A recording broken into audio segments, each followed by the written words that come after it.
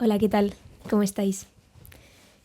Es bien sabido que amor y muerte son dos de las cosas más misteriosas que existen en la vida y dos de las cosas más abstractas con las que tenemos que lidiar a lo largo de nuestra vida.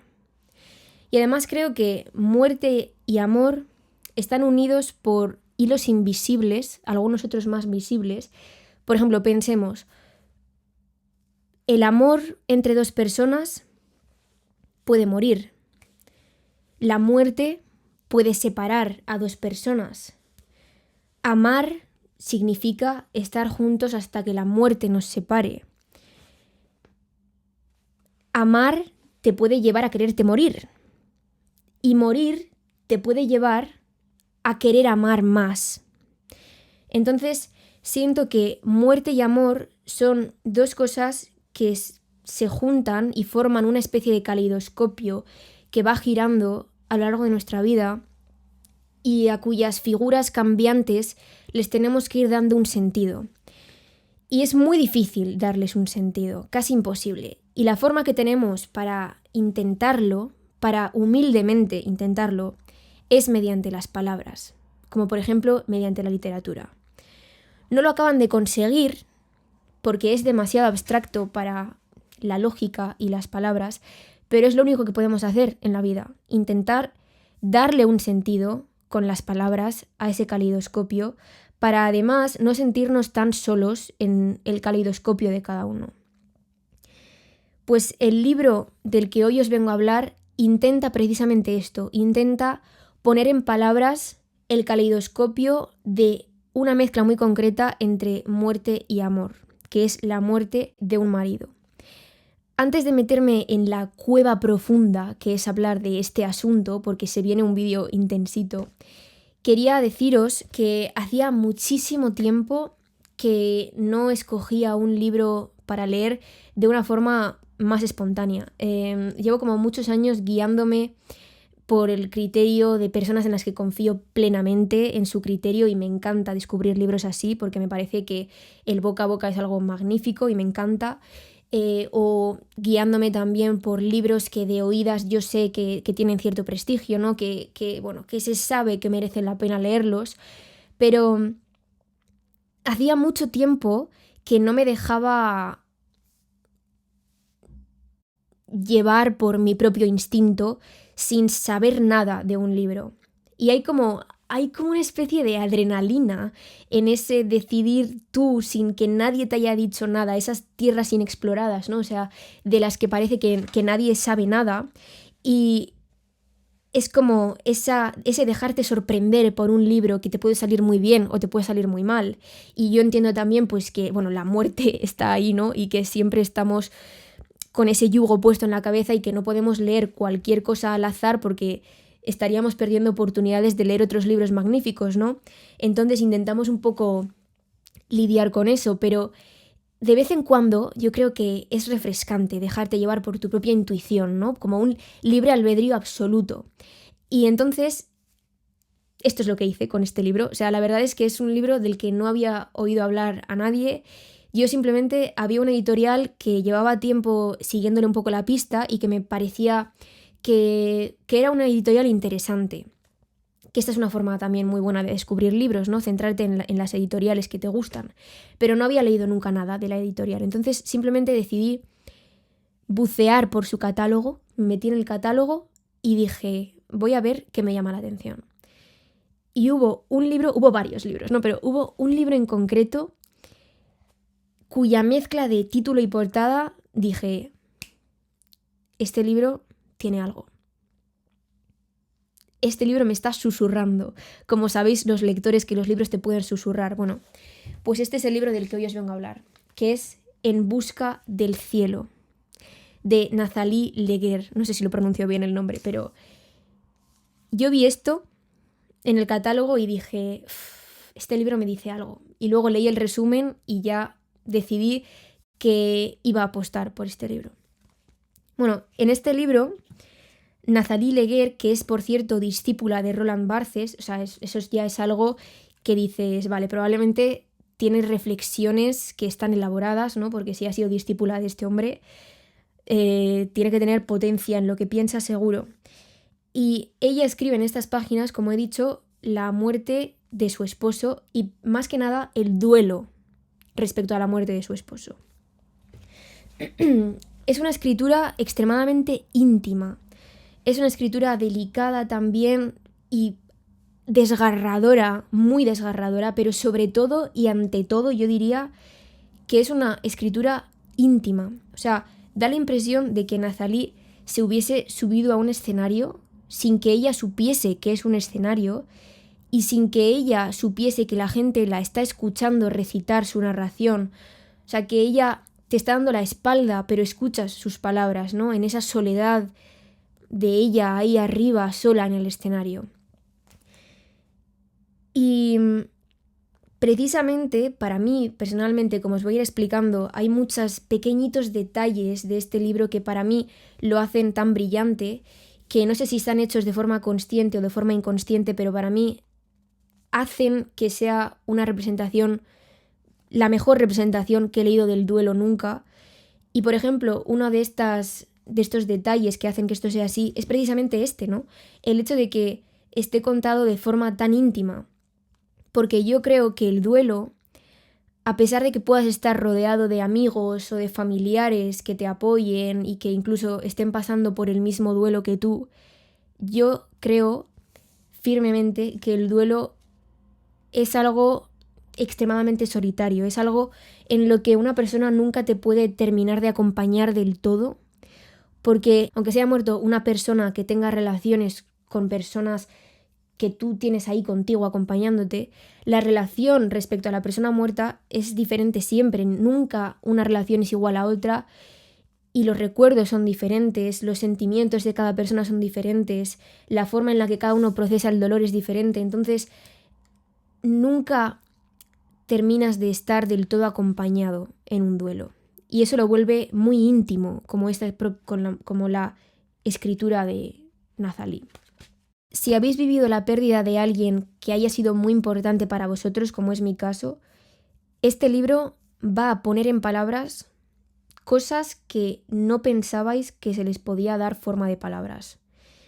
Yo creo que el duelo y la pérdida es uno de los momentos en la vida en los que tenemos los pensamientos más crudos, ¿no? O sea, ese desgarrarse de la mente y de los pensamientos, el dolor enloquecedor casi, los sentimos y los pensamos con la pérdida. O sea, la pérdida de una persona querida para mí es el equivalente a una pérdida de inocencia o podríamos decir que es la verdadera pérdida del paraíso, ¿no? O sea, el paraíso perdido de Milton no es nada al lado de la pérdida del paraíso del amor de una persona que ya no te puede dar ese amor y a la que ya no le puedes dar ese amor.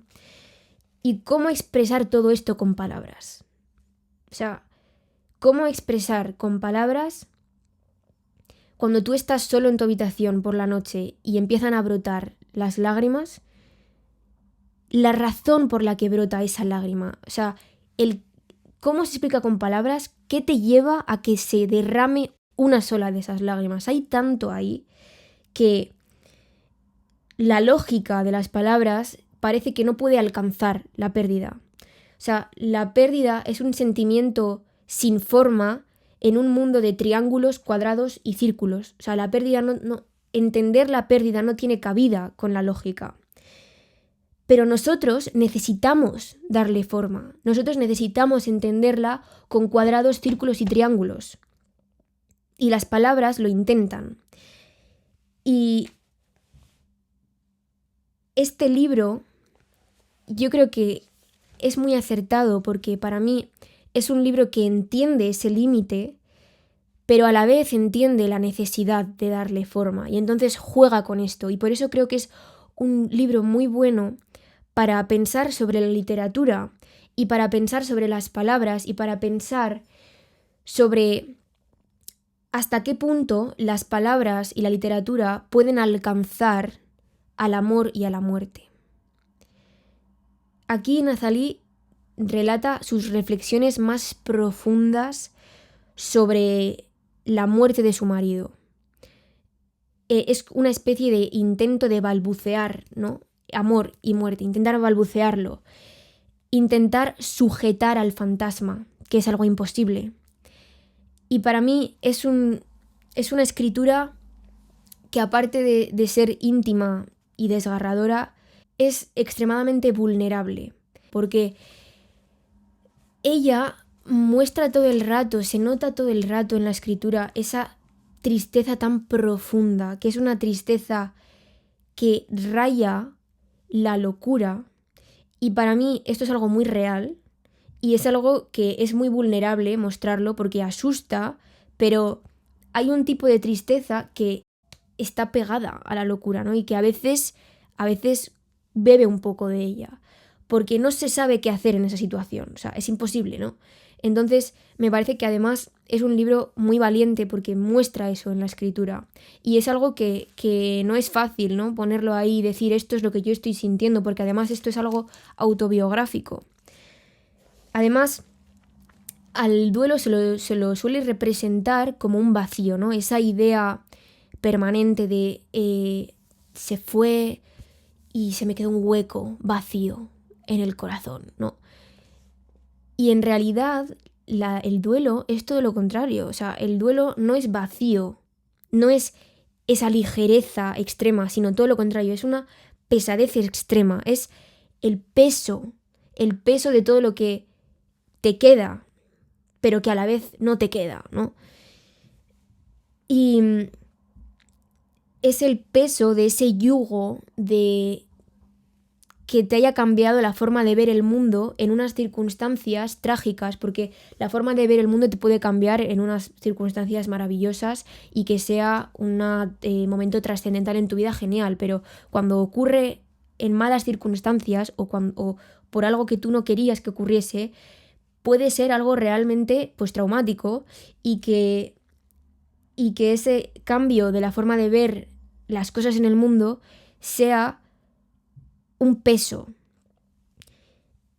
porque de pronto eres consciente, de verdad, en los huesos, eres consciente de que la existencia tan pronto es existencia como es inexistencia. Y la inexistencia de algo que existía es algo muy difícil de entender realmente y es algo casi imposible de darle un sentido en tu vida. Y yo creo que haciendo precisamente homenaje a ese vacío pesado es como escribe Nazalí, porque tiene una forma de escribir muy profunda, con peso, ¿no? Se nota el peso.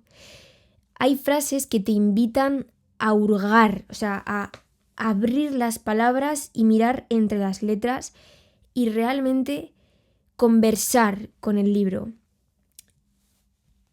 También os digo que tiene una forma de escribir con frases profundas en el sentido de que hay muchas capas de entendimiento a lo que está contando.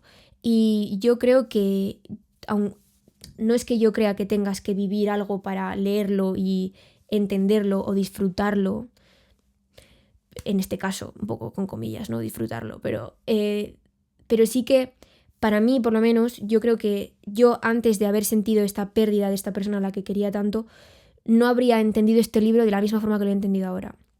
Entonces, es un libro que si habéis tenido una pérdida muy fuerte, madre mía, vais a flipar. Porque hay formas de entender las frases que son muy específicas a experiencias y a sentimientos que únicamente se te aparecen cuando estás viviendo ese momento de la pérdida y de que la persona muera. Por eso os diría que es un libro que, aunque sea extremadamente cortito, o sea, creo que no tiene ni 100 páginas, efectivamente yo creo que tiene como 90 o como 80 páginas, no es un libro que se lea rápido ni mucho menos, para mí. Es un libro que lo podéis leer rápido también, pero para mí es un libro que invita a la lentitud. La lentitud, que para mí es una palabra que está extremadamente unida a la idea del duelo, de una vez se muere la persona, porque eso normalmente está más unido en mi cabeza a la rapidez. Una vez eso pasa, hay una lentitud a la hora de moverte, a la hora de pensar en esa persona. Es todo pesado. Y este libro, precisamente, una vez más, como de una forma metaliteraria casi, invita precisamente a la lentitud con estas frases, a que te pares y que entables una conversación con el libro que te lleve a tú pensar en tu propio duelo. Es uno de esos libros espejo, o sea, que tú lo abres y las páginas, en vez de ser papel, es como si fuesen un espejo y te vieses la cara en el libro, porque están reflejando tus propias cosas.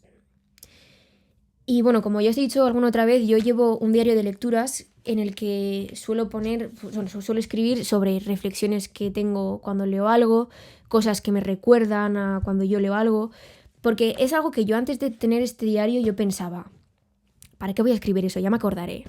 Pues no te acuerdas, no. O sea, porque hay cosas que leo que yo digo, ¿en qué momento he pensado yo esto? Y son pensamientos que normalmente son pensamientos muy profundos porque están instigados por la literatura y eso es algo con mucha potencia, pero que si no los agarras y si no los intentas meter en la página, es algo que muy fácilmente se te puede olvidar y que son pensamientos, ostras, que yo creo que tienen un valor. Y entonces yo normalmente, pues cuando leo un libro, cuando hay algo específicamente, algún párrafo específico, alguna parte específica, o en general el libro, algo que yo quiera pensar y como poner en palabras, pues cojo el diario, ¿no? Y lo pongo. Pero nunca hasta ahora, también entiendo que quizás porque es un libro bastante cortito, nunca había tenido al lado, abierto de par en par, el libro y el diario, ¿no? O sea, yo estaba... leía, escribía. Y claro, esta realmente es una forma muy intensa de leer un libro, porque está llena de interrupciones y está llena de tangentes. O sea, tú te lees una frase y te lleva a hace 5 años en la casa del verano de no sé dónde, ¿sabéis? Entonces, claro, es una lectura extremadamente tangencial, pero para mí, en esa conversación silenciosa que se da entre tú y el libro, es cuando se desata realmente todo el potencial que tiene la lectura, porque la lectura tiene un potencial grandísimo de hacernos pensar y de incluso de hacer terapia de alguna forma, ¿no? Pero si no lo tomas en serio y si no te pones realmente a conversar con el libro, eso a veces no es que se pierda, porque yo creo que siempre hay algo de esa conversación, pero se puede potenciar más si lo haces así, ¿no? Y además creo que es una forma, pues eso, de hacer que leer no sea simplemente pasar las páginas, sino que sea algo en lo que te tomes en serio el hecho de que los libros tienen grietas por las que se cuelan tus sentimientos y tus recuerdos. Y que para mí dedicarle tiempo a mirar por esas grietas es algo valioso. Además, otro de los detalles que me parece que hacen de este libro una representación brillante del duelo es el hecho de que se mezclan pasado y presente. Está todo el rato mezclando, ¿no? Ella simplemente va soltando reflexiones, a veces desde el presente, a veces yendo a ese pasado. Y me parece que esto es extremadamente acertado porque, por muy duro que suene, pues la verdad, desde mi experiencia, es que en un duelo dejas de habitar el tiempo y pasas a habitar el dolor, ¿no? O sea, ya no es tanto hace 2 años, hace un mes, sino el dolor. El dolor, o sea, da igual que fuese ayer o que fuese hoy, todo se vuelve una misma cosa, porque en todo late la misma pérdida. Y esto, por ejemplo, es algo que, o sea, por ejemplo, no sé, yo con mi abuelo hay veces pues que estoy hablando de mi abuela, ¿no? Y que él mismo no dice, pues hace un año, y es como, ay tite, ¿no? ¿Cómo que hace un año? Hace 3 años, ¿no? Y es porque esa persona, mi abuelo en ese momento no está habitando el tiempo, mi abuelo ha dejado de habitar el tiempo, él está habitando la pérdida. Entonces me parece que es muy acertado que haya esta mezcla de tiempos. Y bueno, pues aunque sea muy duro, pues yo creo que es realista. Hay muchísimas, de verdad, muchísimas reflexiones que me han impactado mogollón en este libro. Una por página mínimo. Y, o sea, yo si tuviese un club de lectura, probablemente esté sería quizás el primer libro, ¿no? Que discutiría en un... Bueno, que discutiría, no, por Dios, del que querría hablar en un club de lectura. Porque me gustaría hablar de verdad de cada párrafo. O sea, cada párrafo tengo escrito algo en el diario sobre cada párrafo, porque es así de bueno. Pero bueno, no tengo un club de lectura, tengo esto, así que me tengo que limitar a hablaros sobre algunos fragmentos escogidos. Hice una selección de fragmentos para leeros aquí y yo pensaba, es que no puedo poner menos que estos, o sea, menos que estos ya no puedo. Y he tenido que volver a hacer una criba, así que bueno, que sepáis que he sudado escogiendo los fragmentos porque podría leeros el libro enterito, como me suele pasar muchas veces haciendo estos vídeos, porque es que yo los libros de los que os hablo, en serio, los amo tanto. Pero bueno, como os digo, pues he escogido algunos fragmentitos para comentarlos con vosotros y para que vosotros veáis, porque yo creo que no hay mejor manera, ¿no?, que enseñar lo que es un libro, que realmente enseñándoos lo que está escrito en el libro. Entonces, bueno, quiero comentaros algunos pequeños pasajes. Para empezar, el libro en sí mismo, hay una parte en la que reflexiona sobre el propio hecho de hablar del duelo, ¿no? Que es algo que es lo que yo estoy haciendo aquí, ¿no? O sea, estamos aquí hablando sobre el duelo. O cuando tú hablas con alguien sobre tu pérdida, ¿qué estás haciendo? Hablar del duelo. Vale, pero ¿qué es hablar del duelo? Bueno, pues dice esto. El día que perdiste a tu padre, dijiste también, mis palabras son para el muerto, pero están dirigidas a los vivos. Preguntaste, ¿a quién le habla la persona de duelo si no es a los vivos, cuando en realidad solo quisiera dirigirse al muerto? Le habla al muerto que está en cada uno de los vivos, se dirige a lo que es insoportable en sí, la fuente de la vida misma. Yo ahora mismo en este vídeo os estoy hablando a vosotros, pero en realidad estoy intentando hablar con esa persona con la que ya no puedo hablar, y de lo único que puedo hablar con esa persona es de la muerte con vosotros, ¿sabéis? Entonces, bueno, me parece que esto es algo pues muy profundo.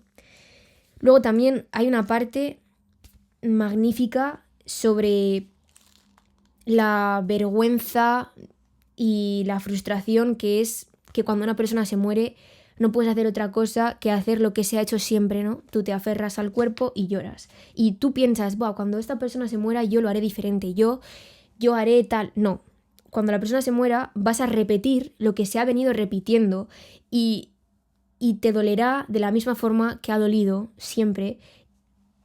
Y bueno, pues os lo voy a leer, sin más.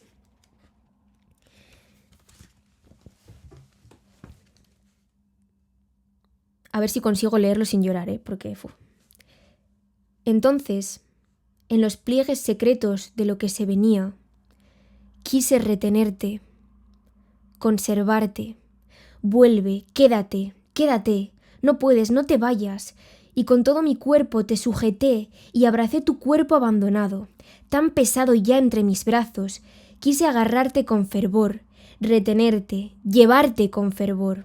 Pero en ese movimiento, inclinada sobre tu cuerpo, implorante, con mis brazos que querían protegerte, traerte de vuelta, vuelve, vuelve. No solo me faltó fuerza, sentí vergüenza también de remedar gestos, de imitar un lamento teatral. Vergüenza de no saber hacer otra cosa que repetir los gestos gastados por las genealogías de la lamentación. Vergüenza de ser incapaz de inventar la emoción o las palabras que te salvarían. Y esta vergüenza inútil quizás sea lo que te arrancó definitivamente de mi lado. Una última vez quise retenerte, pero era demasiado peso para mí, demasiado, porque ahora eras dos, la muerte y tú.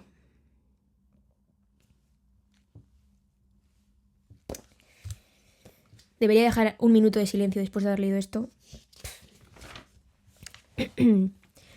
Luego hay otra parte en la que habla, por ejemplo, de los recuerdos de alguna manera. Y esto, por ejemplo, es un ejemplo.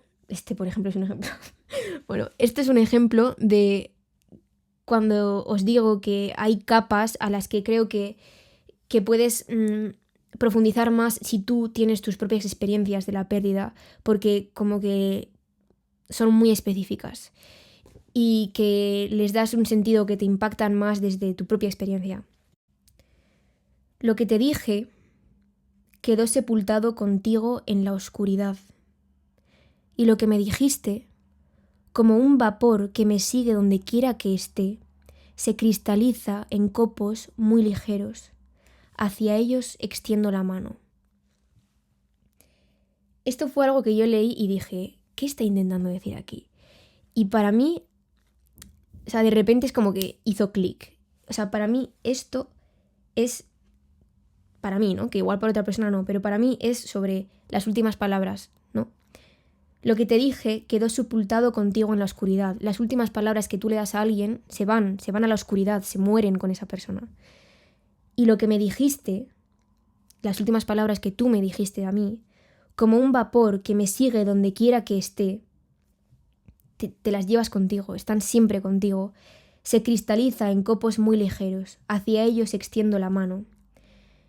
Intentas sentir las palabras y recordarlas para combatir el dolor y la imagen de la muerte, ¿no? O sea, tú intentas que por favor que esas palabras se derritan en tu mano, ¿no? Y no sé, como que sean, que las puedas acoger de alguna forma, ¿no? A lo que te puedas aferrar en la inexistencia. Hay otro fragmento que es increíble, que habla sobre la soledad absoluta de ese momento en el que la persona que se muere transita el velo de lo vivo a lo muerto, ¿no? Y del sufrimiento profundísimo de la persona que está ahí acompañando al muerto, pero que es consciente de que ese paso, ese atravesar el velo, es algo en lo que no te pueden acompañar. Y para mí esto es una vez más, uno de esos detalles en su forma de comprender el duelo que no he visto en otros sitios. Mirad, os lo voy a leer. Me remite sin cesar al momento en que sufrías, al momento en que te estabas muriendo, a la idea demencial que implica esa palabra, muriendo, al caos de ese presente que avanza hacia el desastre, un presente de agonía, presente tuyo y de nadie más, solo, tan solo ese presente que se vaciaba de tu presencia, al caos de tu presente soportado en soledad, solo, tan solo, ay tan solo en el presente de tu dolor, desesperadamente solo durante el tiempo que te llevó morir, tan solo en ese abandono, ay tan solo. Las lágrimas no vienen del recuerdo, no vienen tampoco de lo que se perdió sin consuelo posible, eso se va rumiando y sufriendo con estupor y en silencio. Las lágrimas vienen de tu soledad y de tu sufrimiento incompartibles. Son las lágrimas de mi ignorancia, de la imposibilidad de compartir eso, de tu sufrimiento que se extiende, grito. Son las lágrimas de nuestra confusión y de nuestra impotencia, de las palabras que no pude encontrar. Son las lágrimas de tu soledad. Una vez más, las lágrimas son tu alma que sufre dentro de mí. No sé si es sentimiento o emoción, solo sé que todo mi cuerpo llora hasta el alma.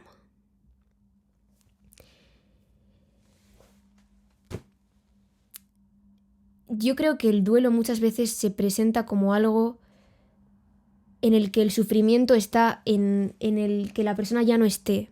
Pero para mí, y por eso, pues no sé, quizás es porque yo tengo un duelo muy parecido al de a cómo Nazalí procesa el dolor. Pero para mí, yo cuando estoy a solas y de repente me brotan las lágrimas, casi todas las veces no es porque eche de menos la presencia, que también, pero las lágrimas que realmente no puedo parar son las lágrimas de la empatía absoluta con esa persona a la que yo tanto he querido y que no fui capaz de acompañarla en ese sufrimiento final. Porque aunque tú estés ahí sujetando la mano, es algo inacompañable. Sencillamente no se puede acompañar porque tú estás sujetando la mano en un plano terrenal, pero esa persona ya no está ahí. Esa persona está atravesando un plano espiritual o como quieras llamarlo, al que tú no puedes acompañar. Y para mí, o sea, a mí me perturba muchísimo pensar esa soledad, ¿no? De esa persona que a mí me ha acompañado tanto y a la que yo querría acompañar tanto hasta el final, pero que ese final se escapa de tus manos, no puedes acompañar en ese final. Y por eso me parece que, bueno, pues que Nazalí una vez más dan el clavo. Y por último, quiero leeros un pasaje pequeñito en el que habla sobre darle sentido a la última vez. Y quiero leeroslo también un poco con la entrada que yo escribí en mi diario sobre esta frase, un poco pues para enseñaros cómo yo siento que este es un libro que tiene capas, ¿no? Y que te lleva a esos tangentes de tu propia vida y pues esa potencia del libro. La frase es la siguiente. Estamos de pie ante ti. Sabemos que es la última vez, la última vez, la última. Debería tener un sentido. No puede tenerlo. Me encanta también cómo se repiten las palabras, ¿no? La última vez, la última vez, la última. O antes cuando decía tan solo, hay tan solo, porque el pensamiento de la pérdida es como muy... O sea, son como una centrifugadora, ¿no? De que te quedas pensando lo mismo, ¿no? El dolor, ta. Y es como que... Es como ser un niño. Bueno, respecto a este pequeño fragmento, pues esto fue lo que a mí me llevó a pensar, ¿no? Esta idea, pues, de la última vez.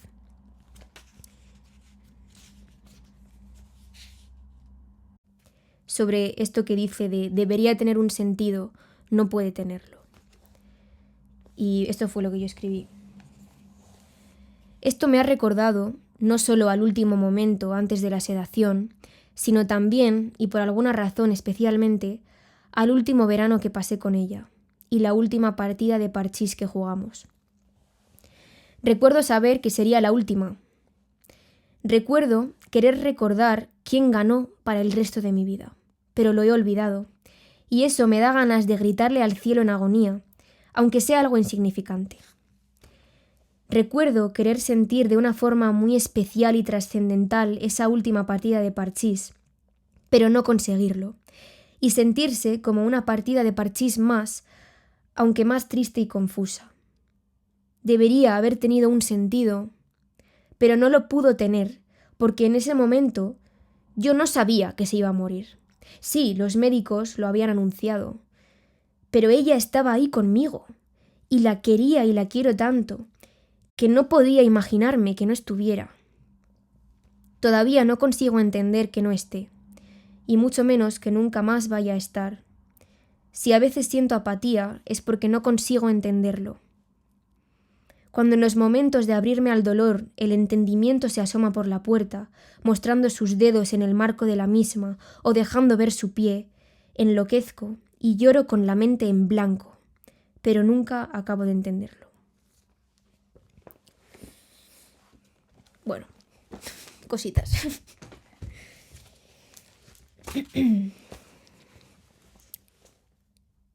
Hice un vídeo al principio de este canal sobre un libro, que es el libro de la muerte de Iván Ilich, que lo tengo aquí, de Lev Tolstoy, porque para mí este libro yo lo leí porque quería ver qué era la muerte, ¿no? Y como un poco ahondar en esa idea de la muerte. Y hice un vídeo porque para mí este es el libro que mejor representa la muerte, tal y como yo la vi desde fuera y como yo me puedo imaginar que fue desde dentro a raíz de lo que yo vi desde fuera, ¿no? Y para mí es un libro increíble sobre la muerte. Y ahora he encontrado en este otro una especie de mellizo de este libro, una especie de hermano perdido, porque este libro para mí es el mejor libro que he leído desde la perspectiva del muerto, del que muere, y este es el mejor libro que he leído desde la perspectiva del que se queda en la vida soportando la pesadez del vacío. Y me sorprendió muchísimo porque yo cuando estaba leyendo este libro hay una parte en la que se habla de la literatura. Como os he dicho, es un libro que se cuestiona también un poco cuál es el papel de la literatura en todo esto, ¿no? Y Nazalí habla de que ella estaba buscando en algunos libros respuestas a esa pregunta de la muerte y me sentí extremadamente señalada porque uno de los libros de los que ella habla es precisamente este, ¿no? Y dice que ella acudió a este libro para entender cómo fue morir para esa persona, que es exactamente lo mismo que yo hice. Y luego también habla de que también hizo eso con cómo se narra la muerte en Guerra y Paz, que precisamente es el vídeo que he subido justo antes de este. En ese vídeo hablo sobre la muerte en Guerra y Paz, sin spoilers, y cómo está tratada, ¿no? Y que para mí es, una vez más, esa lectura de la muerte que tanto alivia de alguna forma el dolor. Y o sea, justo habla de esas dos específicas, esos dos libros específicos que para mí también han sido así. Entonces, claro, fue como... O sea, como si me estuviese leyendo la mente, literal.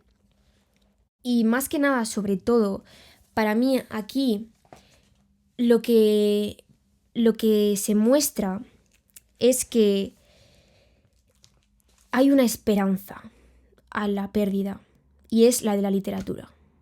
La literatura como algo que puede mitigar el dolor, como algo que ella buscó y que yo busco como la forma que tenemos de aliviar el dolor.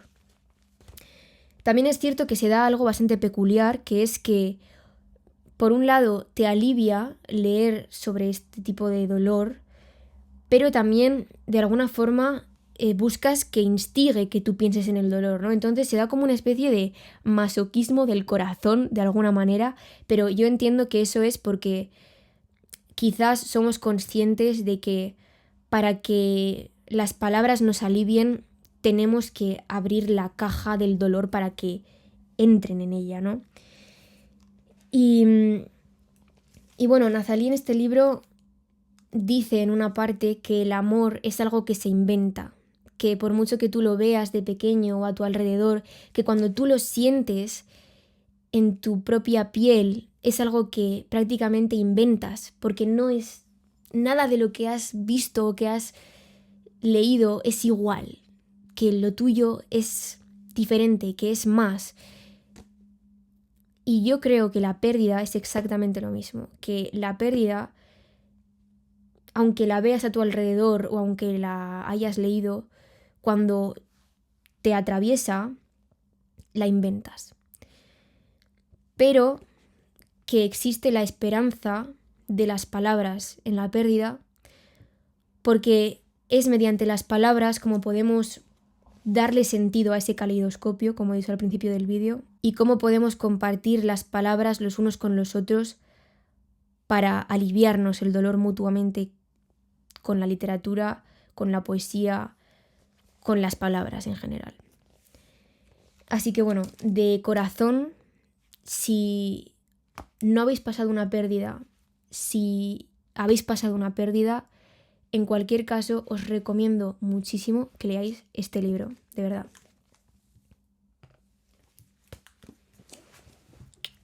Agur.